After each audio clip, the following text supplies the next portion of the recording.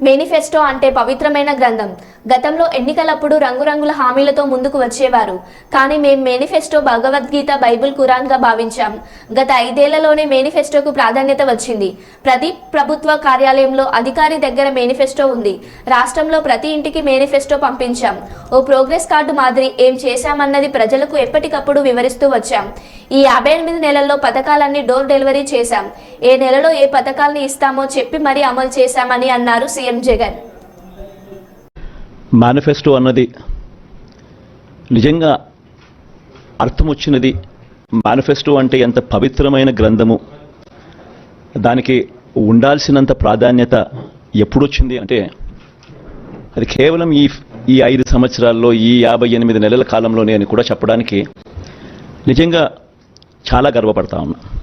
ఎందుకంటే గతంలో అంతా మనం చూసేవాళ్ళం, మేనిఫెస్టోలు అంటూ చెప్పేవాళ్ళు ఎన్నికలప్పుడు రంగురంగుల కాగితాలతో, రంగురంగుల ఆశలతో, రంగురంగుల అబద్ధాలకు రెక్కలు తొడిగి ఒక డాక్యుమెంట్ని ఇలా చూపించేవాళ్ళు.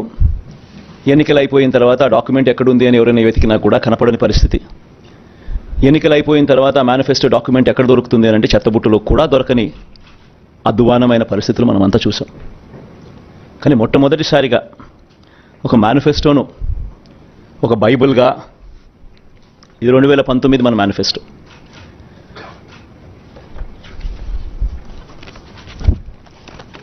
ఈ మాదిరిగా ఇచ్చిన ఈ మేనిఫెస్టోను ఒక బైబిల్గా, ఒక ఖురాన్గా, ఒక భగవద్గీతగా దీన్ని భావిస్తూ దీన్ని ఇంప్లిమెంట్ చేసిన పరిస్థితులు, దీన్ని ఇంప్లిమెంట్ చేసిన విధానం బహుశా దేశ చరిత్రలోనే ఈ 58 నెలలు అన్నది చిరస్థాయిగా చరిత్రలో ఎప్పటికీ కూడా నిలిచిపోతాయి. 2019లో ఇచ్చిన ఈ వాగ్దానాలన్నీ కూడా ఎంతో నిష్ఠగా మనం అమలు చేశాం.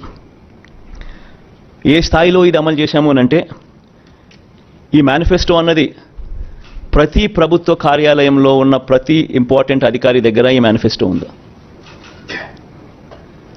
ఏ స్థాయిలో ఇది అమలు చేశాము అనంటే ఈ మేనిఫెస్టో అన్నది రాష్ట్రంలో ఉన్న ప్రతి ఇంట్లో కూడా ఉంది. అంటే అన్నిసార్లు ఈ మేనిఫెస్టో వాళ్ళ ఇళ్ళకు పంపించాం.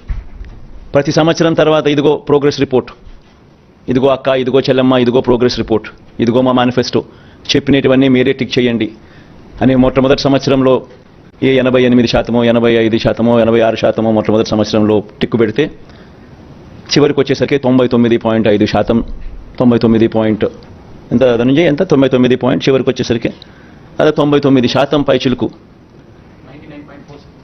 99% పైచిలుకు మేనిఫెస్టోను మనం ఇంప్లిమెంట్ చేసి ప్రజల చేతుల్లో ఇచ్చిన పరిస్థితి. ఇలా ఈ మేనిఫెస్టోను ప్రతి ఇంట్లో